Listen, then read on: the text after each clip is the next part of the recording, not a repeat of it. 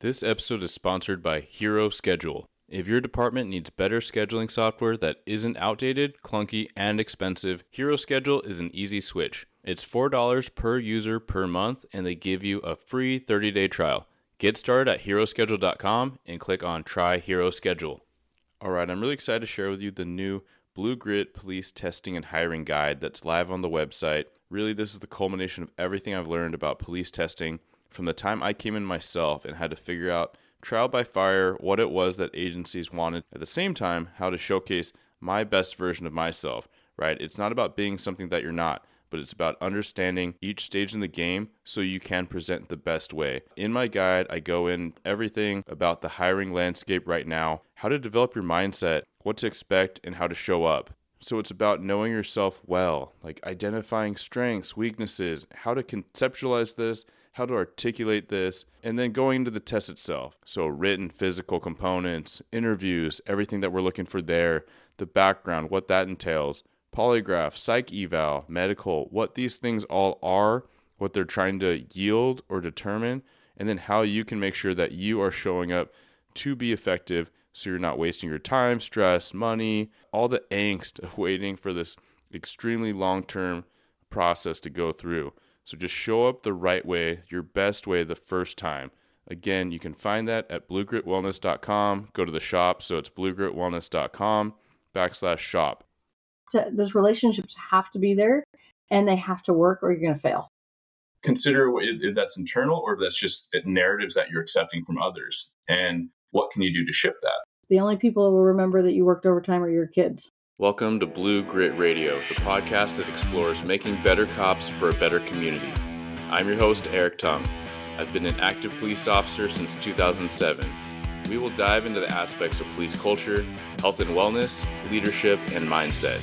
You'll hear from experts not only from policing, but all industries as they relate to being our best with purpose, passion, and positivity.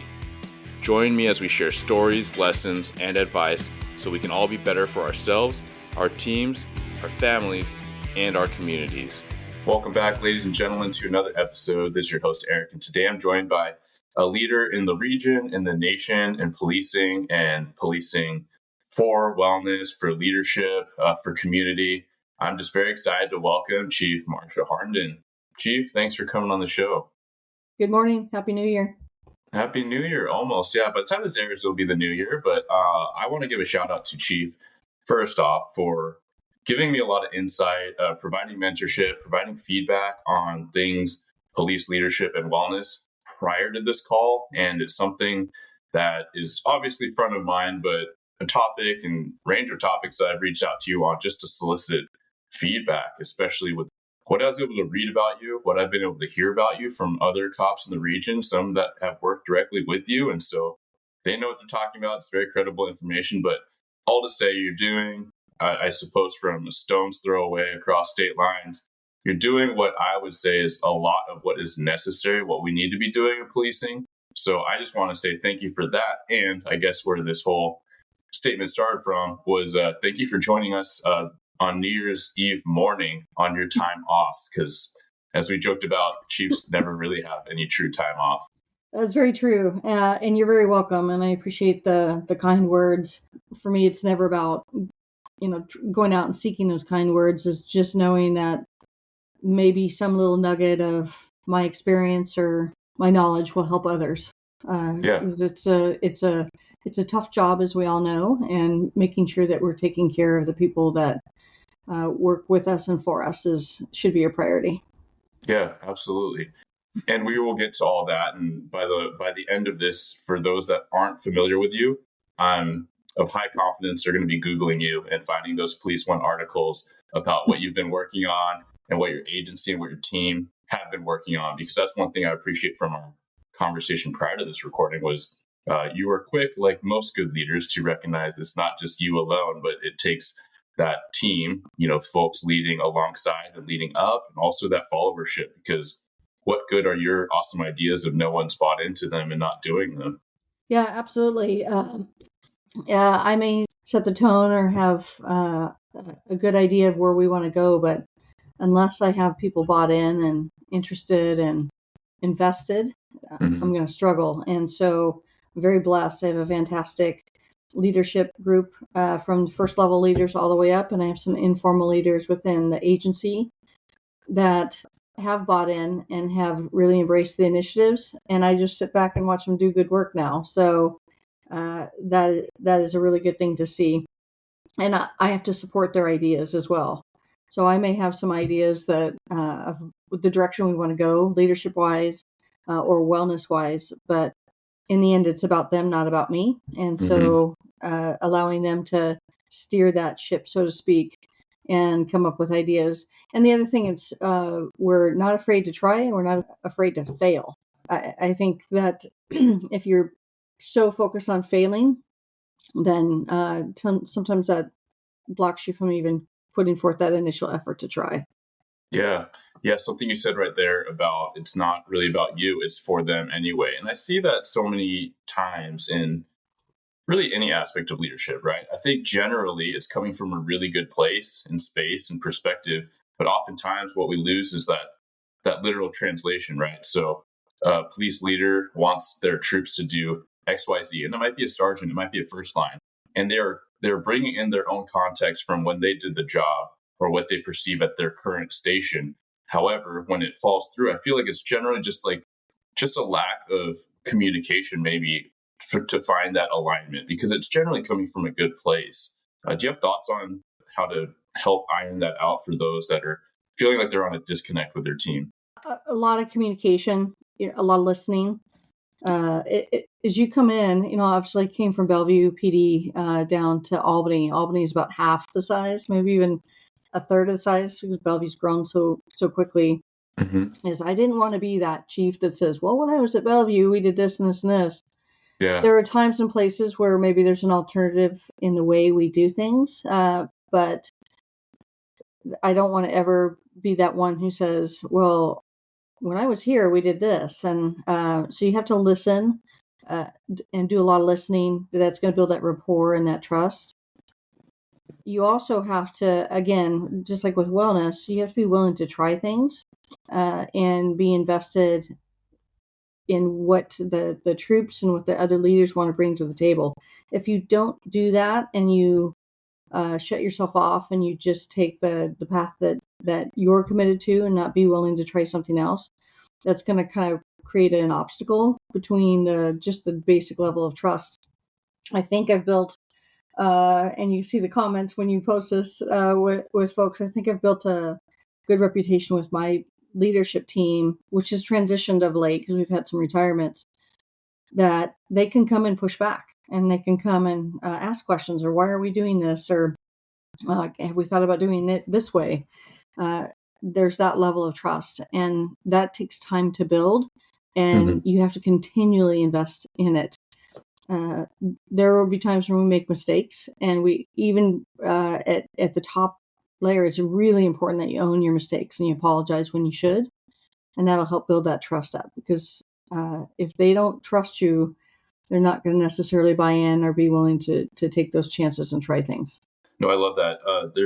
There's a couple things there, and one is that you brought up that notion of not wanting to be the outsider coming in saying, well, when I was at blank, and everyone knows that archetype, everyone's either seen it in or around their region. And I've heard a couple strong leaders that have been on the show. Shout out to DC McCurdy and DC Hollis, here in Washington State. But both of them have had that exact thought and that exact feeling that they shared, which was that they wanted to be really mindful that they didn't come off a certain way, but also that they didn't know what they didn't know. And their experiences may have worked fantastically in this one context, in this environment. However, when you're translating it to a different group in a different environment with different history and different drama and different feelings, you may need to just be patient. And that's a concept that you've already shared with us. And that's something that I keep circling around in my head and trying to invite others to think about, whether they're up and coming leaders or people coming into the profession or those that are mid-career like myself. It's like, we have to remember that things of value don't just happen overnight. It takes a lot of work. And as you said, building trust. And we all know if we take a step back, trust isn't built overnight. It's quite the contrary. It takes a long, long time to build that meaningfully. Absolutely. And like I said, moved to a different state. I knew one person in the agency from the Mm. DRE world. It was a well-known instructor in DRE in Oregon, and I always remember when I was becoming a finalist, it wasn't public ed. I got a call from somebody at WSP saying, "Hey, are you a finalist at the chief's job?" And I'm like, maybe. Mm. So I really leaned on that person who happened to be the union president at the time. Uh-huh. And that's a whole other point to make too, is the importance of having trusting relationship with your labor folks.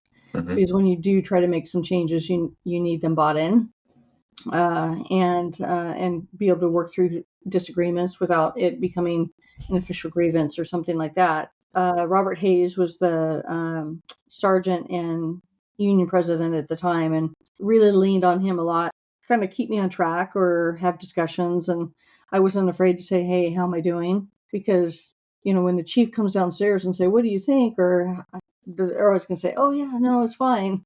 But you got to have those relationships inside the agency where people can go, "We're a little off course there. You might want to think about this." And so I very much valued that. That helped me make a more smooth transition. And then the other thing was, I got great advice from Sherry Harris, who's the chief at Kirkland. Yeah. When I came to Albany, I asked her when she moved from Monroe over to Kirkland, is there something one piece of advice she would have? And she said, take care of the people that didn't get the job. Mm-hmm. And so I knew that there's a captain that I had competed against, and he didn't get it. And after I called home to ask permission to move to Oregon to take the job, my next call was to him. And he ended up being a extremely valuable friend and ally and supporter. In the end, he just retired in July, and I miss him a lot. But he was very true to my success there and our overall success, because we've had a couple bumps with some pretty significant incidents. And so having him there for basically 4 years was really, really valuable, because he's got that institutional knowledge. He grew up in the community. His mom was everybody's principal at the high school, and that. Yeah. So I think you're picking up a theme. It's relational. Those relationships have to be there, and they have to work, or you're going to fail. Yeah. Yeah. I love how, even in that story, anyone can recognize the power of that, sort of that partnership, right? You have someone from inside and someone from outside, and both can offer a lot of strengths, right? When you cut back to the story where you only knew one person in the agency when you took the job, and, when you're a finalist for the job, and there's a lot of power, and there's also a lot of, I'm sure, some angst, right? You're like, I don't really know what I'm walking into, but you have some point of contact. And I think that it could be helpful to have that objectivity, but then to have somebody that is of the community, of the department, like truly entrenched, to be on your side and build teamwork within that. I mean, what a superpower versus not diving in, not investing in that relationship and having it go a myriad of ways, maybe some misinterpretations, maybe some sense of threat one way or the other. I mean, we've probably seen that play out in every region, in some department, in some fashion or another. Yeah, it's got to be there. I think if you come in from the outside, knowing that there's very likely people are going to, one, want to see you fail because they're going to say, "I told you so," should have chosen somebody from the inside, or that they trust what they don't know. And that's true of a lot of things in life. People are, and especially us in police work, or we don't trust what we don't know. Yeah.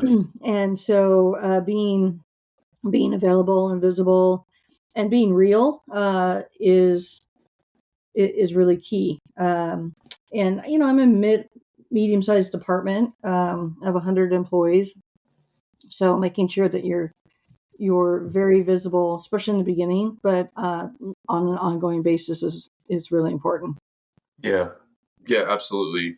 And you said something there of people wanting to see you fail, and that kind of reminded me of a thought I had when you're talking about building that relationship with the union president. And sometimes I wonder if you have I don't mean you personally, but if you care to share, but sometimes I talk to officers and they have an idea, whether they're a line level officer or a leader, and it feels like the union can be very much a double-edged sword, right? And sometimes maybe this is just a callous attitude, but sometimes it feels like some of the union reps might think that's a great idea as well. However, because it was your idea, they need to try to get something for it, or kind of that give and take. And I don't know if that's too much in the weeds to kind of dive into that dynamic. But again, I suppose it's a little bit of a question or prompt of like, how do you get past like the quote unquote games and just trying to do what's best for the department, do what's best for the people? Well, with any major cultural shift, I think the union should be at the table. It's really key. And that's what some of the work that I do on the side is doing these workplace culture dynamics and assessments, and looking at what's the relationship. So when you're talking about making a major cultural shift, engaging your union leadership early, or even not even the formal leaders, but the vocal leaders within the union is really important. The example of that is when we were embarking on the wellness program at Albany. They did not have a gym. They had a beautiful new building, but no gym, and no budget Hurts me for inside. it. Yeah, I know. But it, and I grew up with that. The city of Bellevue always had a workout facility. And so, how do we make this happen? And then we talked about on-duty workouts and how accessible should it be? Should we allow spouses and family members to come in with the employee and work out? And one of the things that, in talking to the union at the time about on-duty workouts, again, goes back to that relational piece.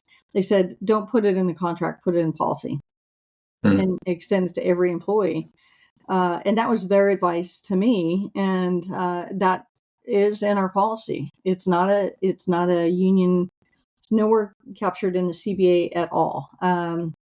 And that goes for some other wellness type benefits as well.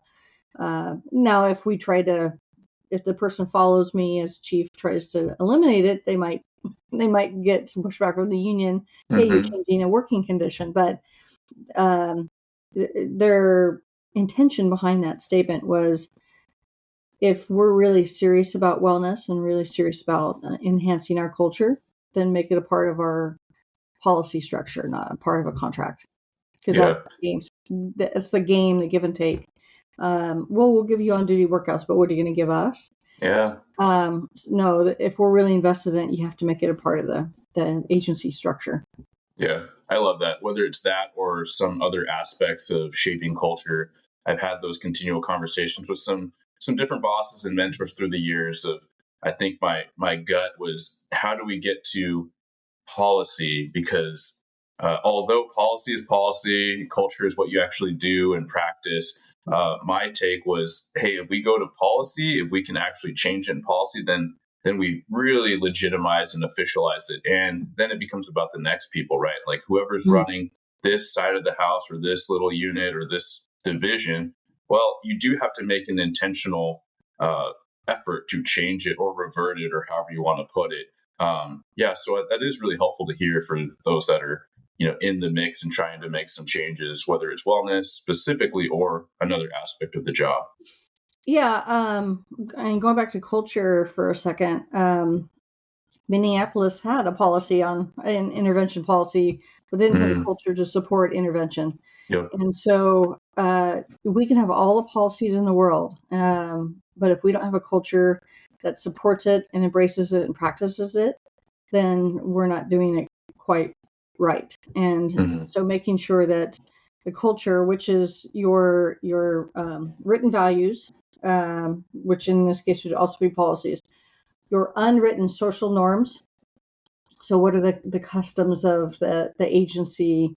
Do we still haze our new rookie officers when we're not supposed to?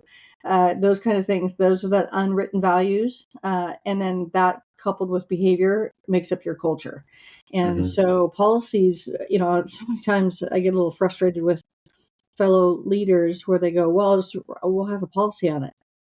Well, that's great, but you got to have the behavioral, cultural dynamics to support it.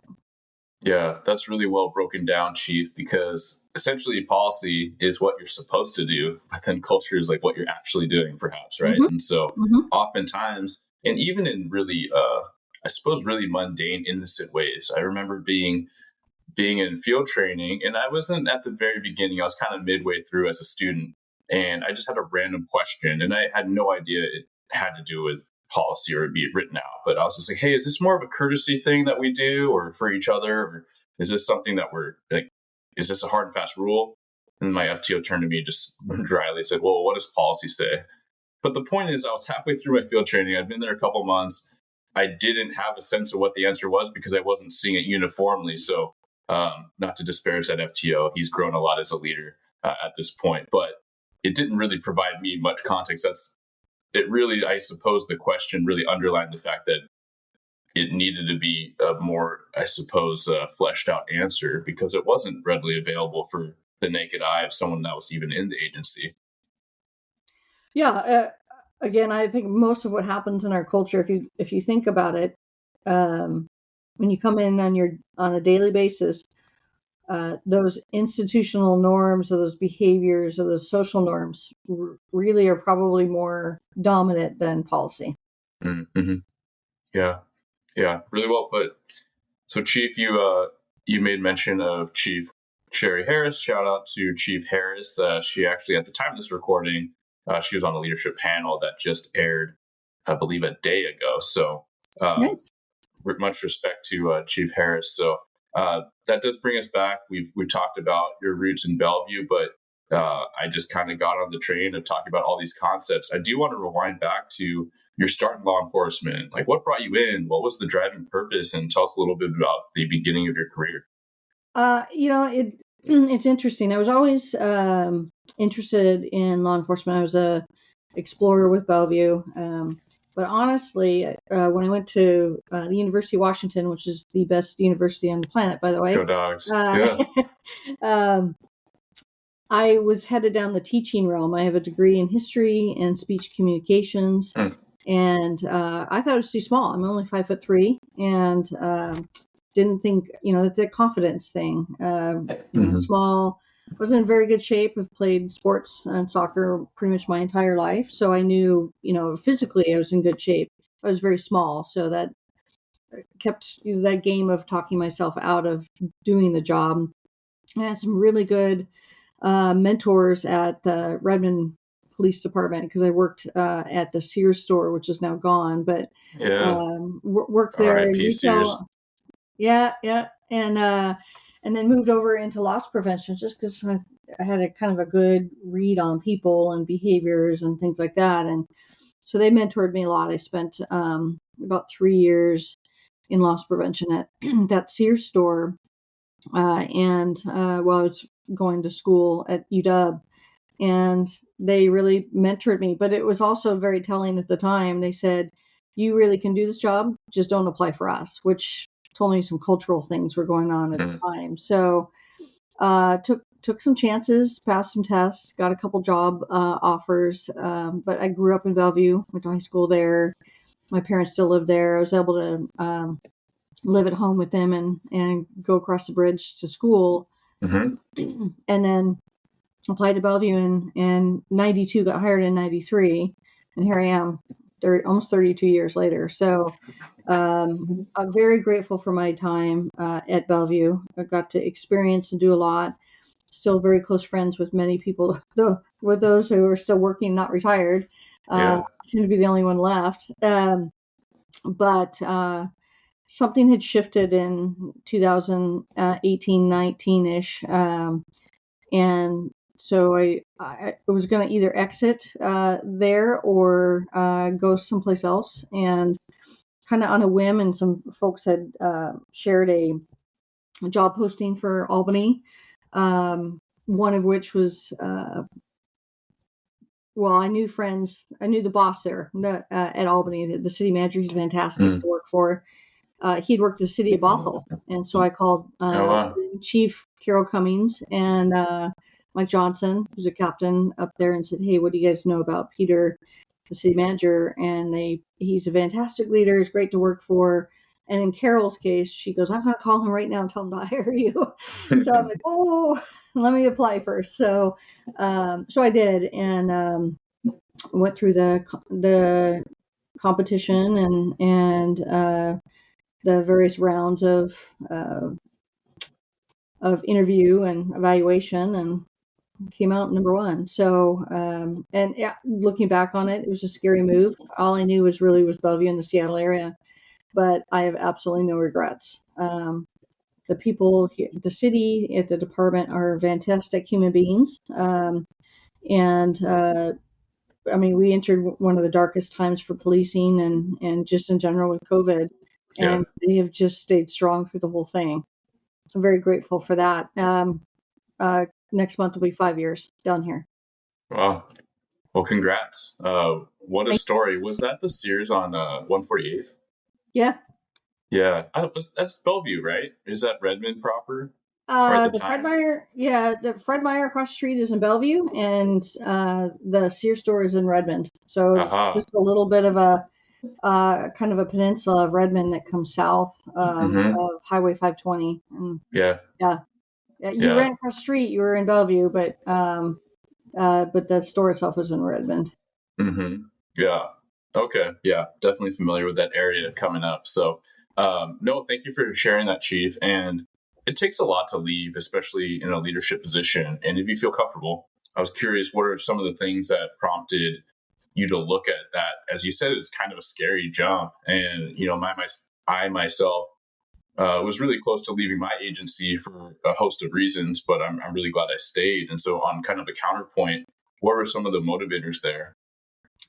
A couple of different things is I was a little frustrated with the leadership there at the time, and part of it I got to own my own stuff. I probably push back pretty hard on some stuff, but I've always been. Anybody knows me. I'm a leader that puts my people first. I'm pretty close to them, and that didn't bode well sometimes with other leaders at the agency. But I would always respond with, okay, I hear you, but they're high performing, they're ethical, they're doing their job. What's the problem with that? Mm-hmm. So that was part of it. And I just honestly didn't like the direction that the leadership was heading at the time. And I had to focus on my own mental well-being, my own wellness. And so it was Yes. time to make a change. And it did. I left family behind and my other half behind up north for a while, and came down to Oregon. And again, literally got here trying to buy a house, everything, and COVID hit. Oh my gosh.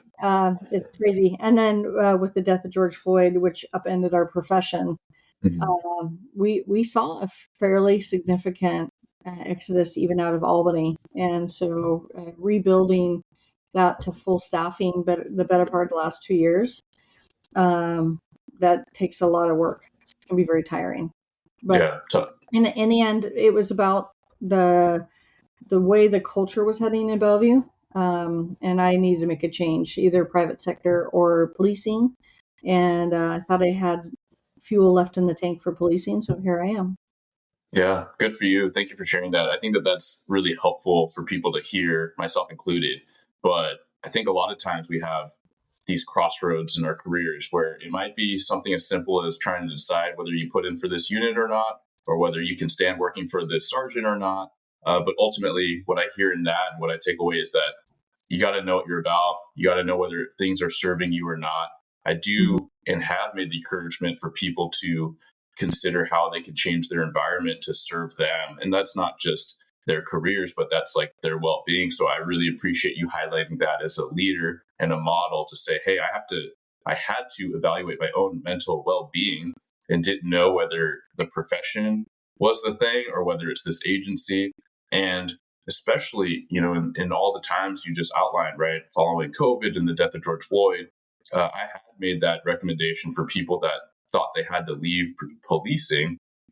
I challenge people to think for a little bit, maybe consider a different shift, maybe consider a different unit, maybe consider a different department. Okay, and after that, if you're really like, policing's not for you, then like, thank you for your time, thank you for your service. So Mhm. I think that is very valuable for people to realize that they can oftentimes change. Maybe it's not greener grass, maybe it is. And it sounds like it was for you. Yeah, it definitely was a wellness initiative for me. And if you'd asked me in 2017, 18, would you be a chief? Why would anybody want to do that job? Good question. But it kind of just aligned well, and I think the right personality and mindset. They had good structure in place. They had just become CALIA accredited. They have a new building. The chief before me did some really good enhancements. And I was fortunate too. Very grateful. I had a week overlap with him as he was retiring. That doesn't happen in policing generally. So I'm very grateful for that, and could call on him for the first year or so as we try to figure out kind of what my style was going to be. And he had some institutional knowledge that he could continue to share. So I'm very grateful for that time. But you just have to know when it is and why it is that you need to make a change.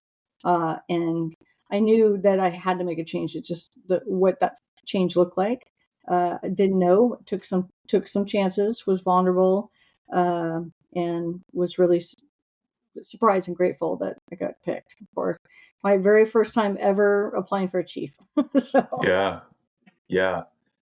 Well, on that, I think that, you make the joke of like, who would want to be a chief? And in much respect to those that do it, and we joked at the beginning or even before the call, which is like, you're never off, your phone's always on. And I mean, even my chiefs, I'm the duty officer right now at this moment. So even though I'm not at work, my phone is on high right next to me.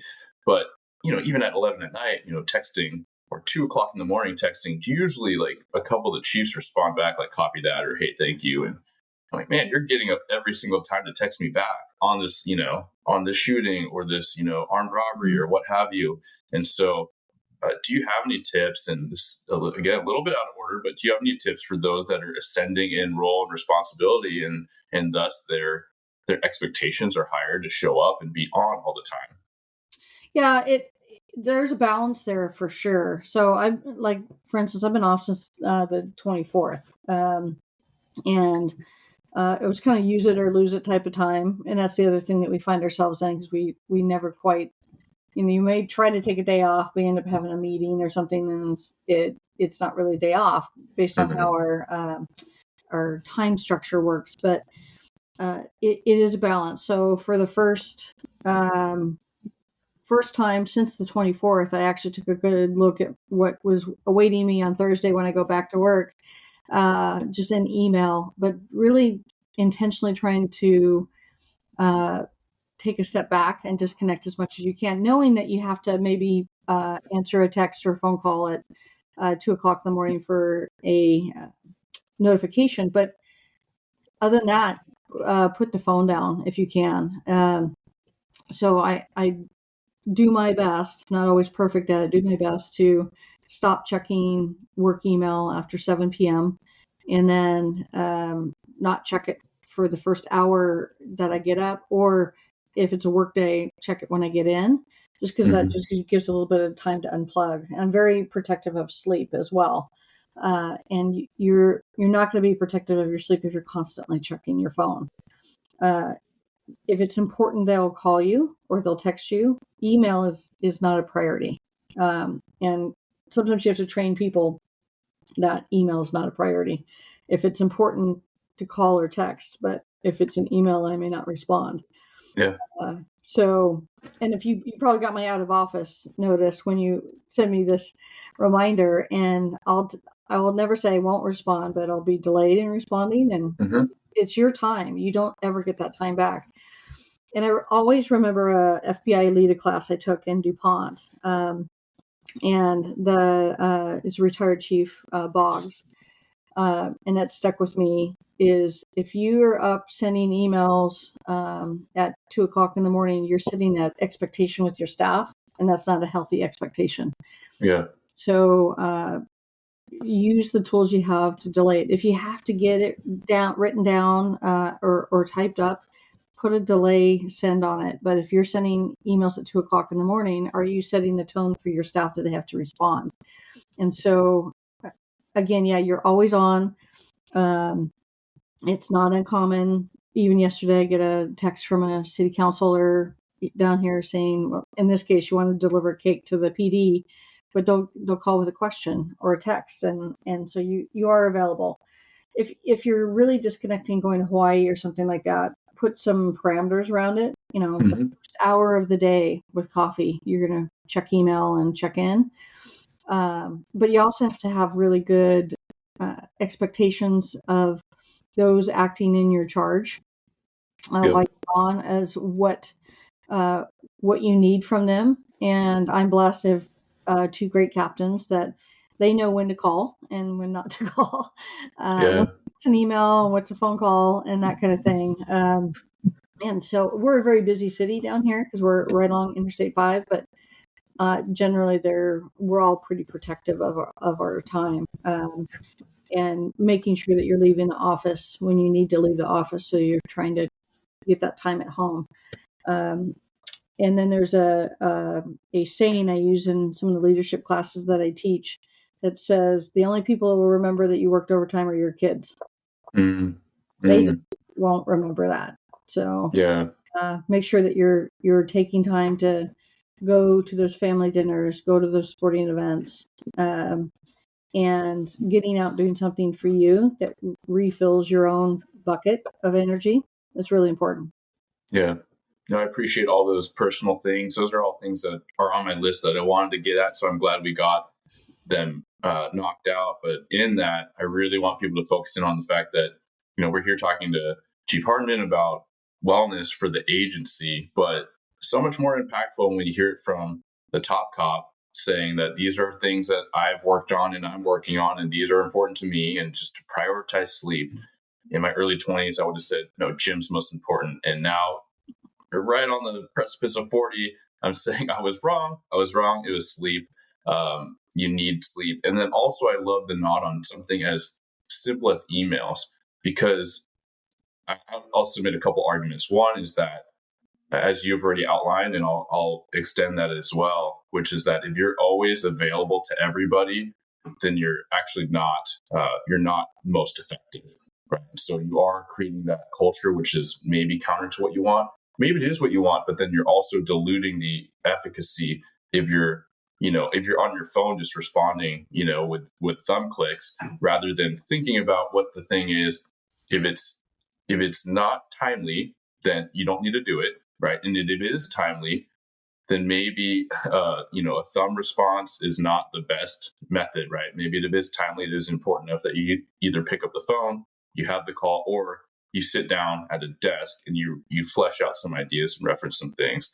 So that was a takeaway for sure when I was in hiring. I just felt like I needed to work every waking moment that I had an idea on something, and it got results, but ultimately I was circling burnout. And so what good was that for myself? Certainly not. Not for my family, not for myself. I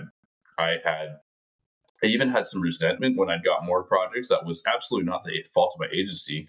That was my own fault for not maintaining proper boundaries and expectations of myself. So I appreciate you sharing that too.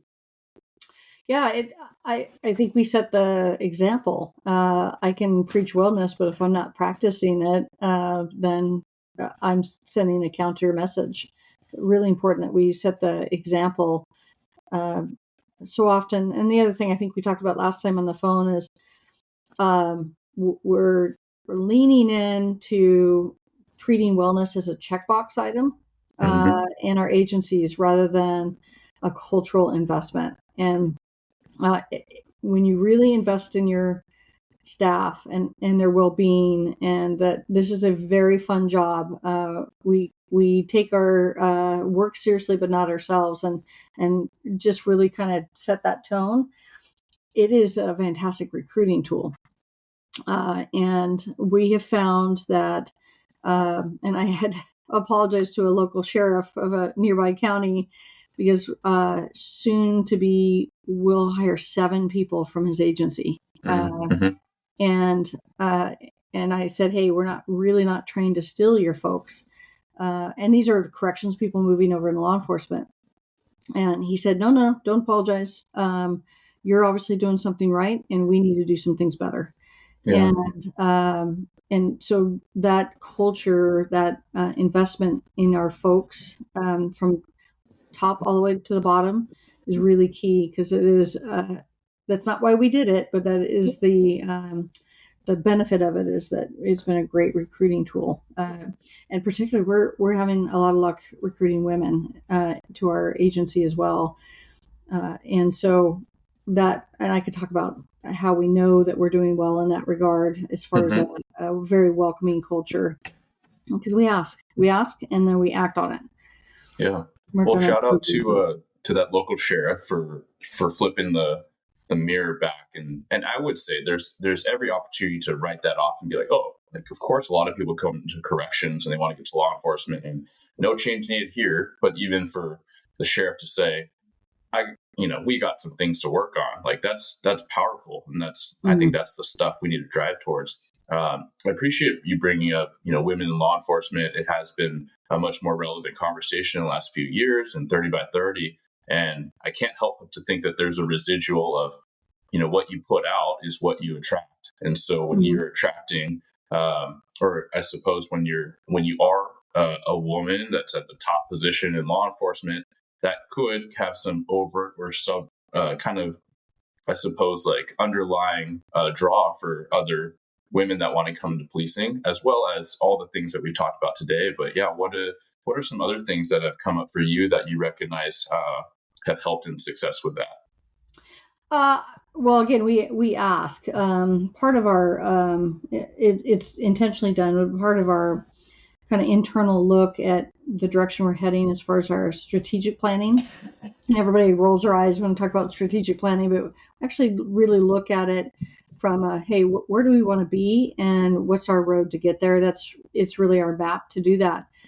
And to test whether we're on the right path, we do an annual survey, and we've done one since I arrived in 2020. And we ask questions about, originally we had the word morale in there, and then we got some weird responses, and so we're like, okay, what does morale really look like? And then we focus on culture. And we'll ask questions, and it's a rated question. The Albany Police Department is a good place to work. And if you know anything about surveys, if you've ever done surveys before, generally any organization or group, you're lucky if you get 50%. 50% is a good number of people will take that survey, right? Yeah. And for people to really continue to be willing to take those surveys, they want to see that their feedback is listened to and put into action. And so that's really important as we embarked on this, is the mantra, is we have to use what we get back from people and act on it. And so we've gotten about 85% participation in these surveys on an annual basis. And we track the progression, and are we struggling in some areas? And of course, every police leader or any leader anywhere is going to know communication is usually your biggest struggle area, because there's just not enough time to communicate with everybody. But so one of those questions around APD is a good place to work is is bumped back and forth between 97 and 98% over 5 years. And we ask questions about it's an inclusive and welcoming place to work. And that is really high as well. It's around 98%. And if we see a downward trend, which we did a little bit this last year, but maybe by 0.5% or 1%, only because I think we were going through a lot of change, leadership change at the time, a lot of retirements. And with that amount of change, people get a little bit uncertain about how they feel about things until they wait and see.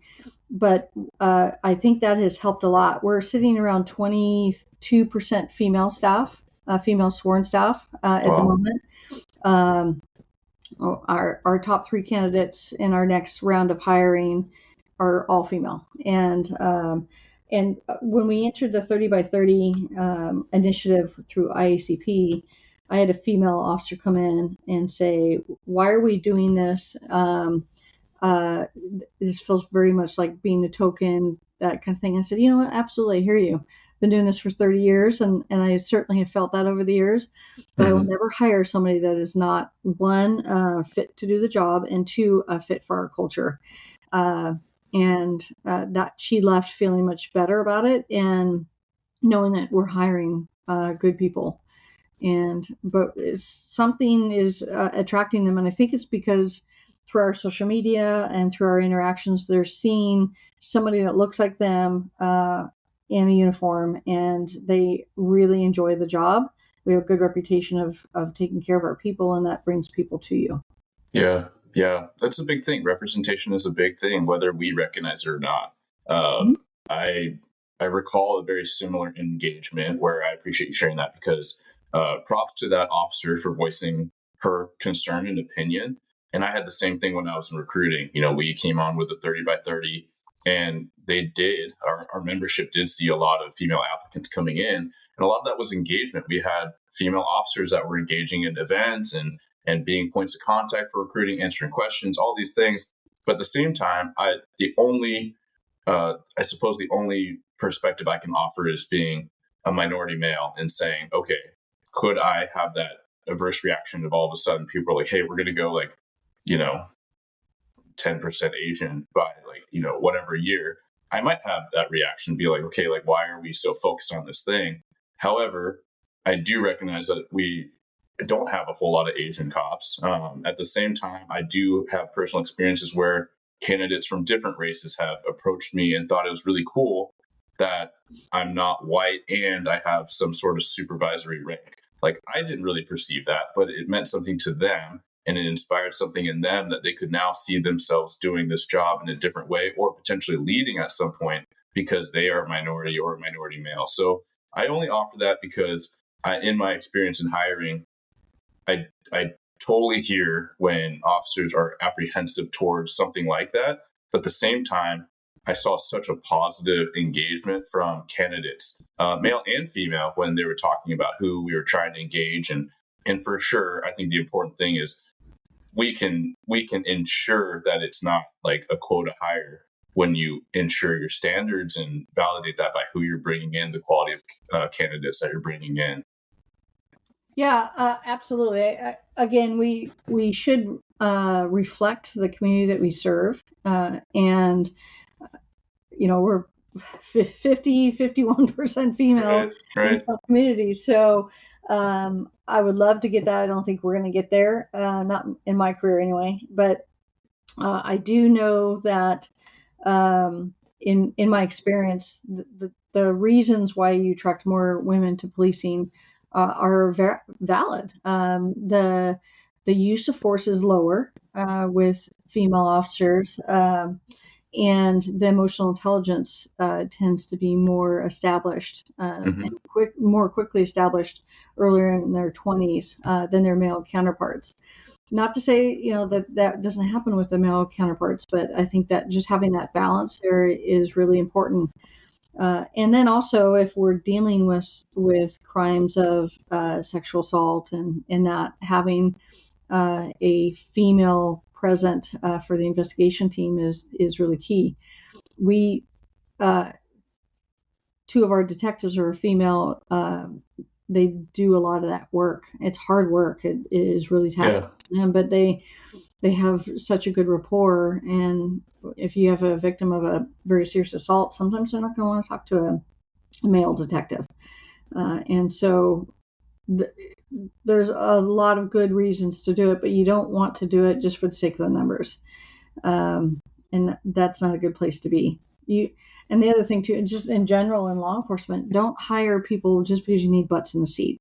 Hire the right people, the right character, and then you can teach them the skills. Sometimes we're just hiring for the sake of hiring, and that's not a great place to be. Yeah. Granted, it's I'm in the position where I can be a little more selective now because we're staffing good for the last couple of years. But again, we want to bring in the people we will carry on that legacy in policing that we want. That I look at it as I think it's Colonel Grossman that said the eagle, the backside of a dollar bill is an eagle. And it stuck with me. Of all the training I've ever heard him say, our job is like the eagle. In one talon, you have the olive branch, and in the talon, you have the spears. And you always extend the olive branch in policing, but always have those spears ready to go in case you need them. Because people out there that want to hurt us. But again, you got to pick it's got to be the right people. Don't hire people just for the sake of filling seats. That's a dangerous place to be.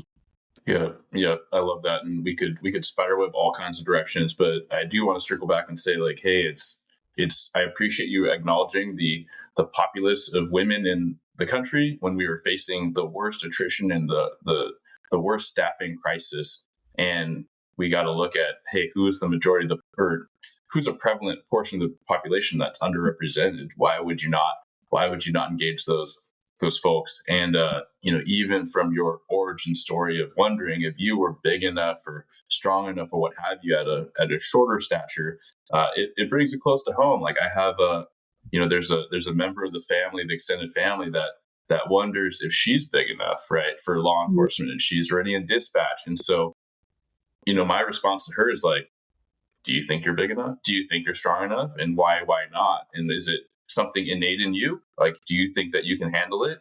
And if you question that, like, consider if that's internal or if that's just narratives that you're accepting from others. And what can you do to shift that? Like, get in the gym, get on the mats, and build that confidence and prove it. Prove it to yourself more than anything, because absolutely you can if you want it. So, like, prove it. Yeah, it is. I had some good mentors that got me there. And I'll always remember, I don't know if he was still there when you went through the academy, but Scott Wayne was a DT instructor at the academy. And so he was my size. He worked in Seattle PD, and I had an academy mate from Seattle that we ended up becoming good friends. His name is Mark Wong, and we were both, the smallest people in the class. And I was Oompa Loompa 1, and Mark was Oompa Loompa 2.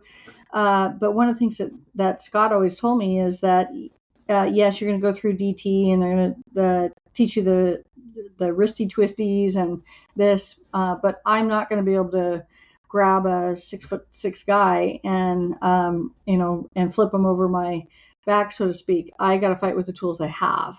Yeah. And so, being small to the ground, I have a better center of gravity than he or she does, and then use the shins, the ankles, the knees, the groin, things like that, to my advantage, because that's where I have the best tools to work with. And knowing we're going to probably get in fights in our career. If you're not in a fight in your career, I would be shocked if you're in it long enough. And just knowing that whatever tools you have, you fight to win. And been in a few and still have injuries from those, but you use the tools you have. The important thing was that you take the fight to them when needed, and that you defend yourself, and you win, and you go home.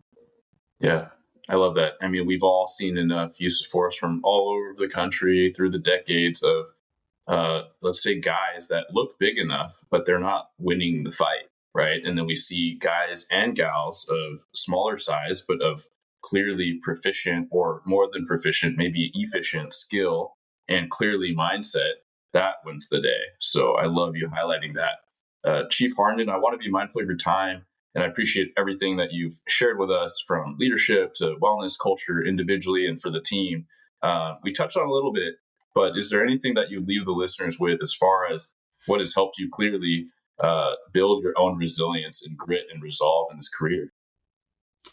I would say focus on your own well-being, whatever that looks like. Stay active, protect your sleep. Again, I played sports. I still play soccer, or at least I try anyway. And I'm at 55 years old, noticing, and wish I could go back and tell my younger self, is take care of your body more. Sleep, get plenty of sleep. and then focus on the people, not the job. So the things that will bring back good memories for you generally are the people you worked with and the good work that you do every day, and celebrating that. The job, they'll replace you in a heartbeat. You retire, they're going to replace you in a heartbeat, but you can't replace those relationships and the people that you work with and that you care about. And that's one thing that we really try to focus on, is that we are a people first organization, that when something bad happens, and we've had a couple people get really badly broken in the last few weeks, that we go and do the job. We take care of business, but in the end, we also have to take care of the people. We have a very strong people response, and making sure that we're visible and there for them when they need it. Like those people were there for us when we got hurt and in fights early in our careers, or didn't. Don't be the bad leaders out there as well. Take those lessons and be that different person. Yeah. Well, so well said. Thank you so much, Chief. And for the listeners, how can they find out more about joining Albany, Oregon? How can they get in touch with you for, as you mentioned, you do some stuff on the side, resources there? Yeah, they can, they're welcome to reach out. I very frequently will get calls. Hey, can I run something by you? I do a lot of leadership training in Washington State and in Oregon. And so if they just Google me, they're going to find me at the police department, as well as own a small company as well on the side. But if somebody just say, I need some advice, or I'm coming into this interview process, how do I prepare? Particularly if anybody's interested in becoming a chief. I'm so grateful for some people that really gave me some solid tactics, and that really paid off. And so I'm happy to share that knowledge with other people as well. But they can just, again, go to that search box and look for me. They're going to find me. Thank you so much for your time, Chief. Thank you for tuning into another episode of Blue Grit Radio. As always, support this community by subscribing, giving us a 5-star review, and following, liking, and sharing posts on Blue Grit Wellness on Instagram. You can reach me there or email me at bluegritwellness@gmail.com. Be well and stay gritty.